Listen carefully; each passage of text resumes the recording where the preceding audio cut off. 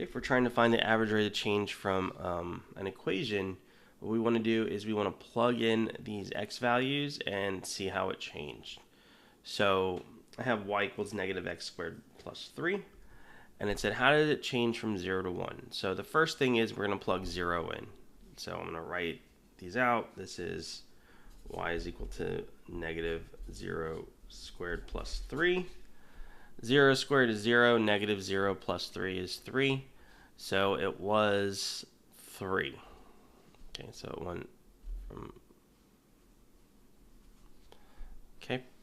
And then I'm going to plug in my next interval is 1. Y equals negative 1 squared plus 3.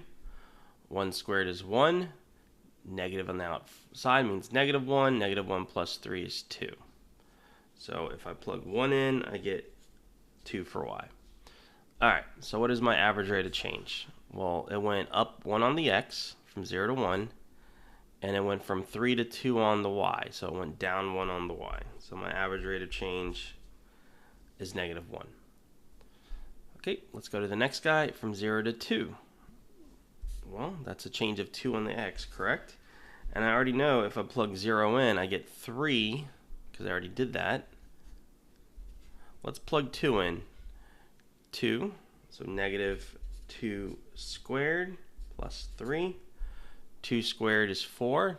Negative in front of the 4. Negative 4 plus 3 is negative 1.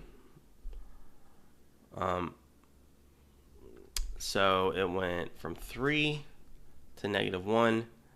That went down 4. So it went down 4. So that's negative 4 over 2. So the average rate of change is negative 2. All right, let's do a couple more. 0, 1. So this time I'm just going to plug 0 in. Change here is 1. So 0 minus 4 is negative 4. Negative 4 times 2 is negative 8. Negative 8 plus 3 is negative 5.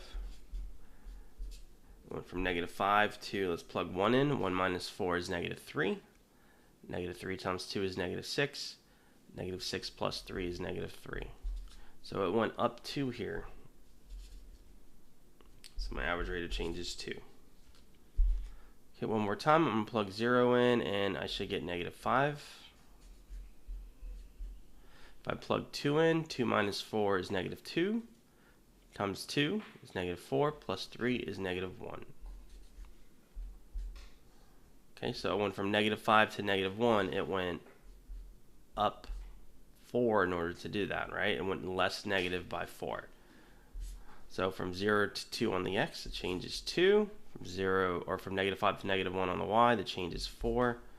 So we have an average rate of change of 2 once again. And this should make sense because this is a line, a linear function, and lines should have a constant rate of change no matter what interval you use.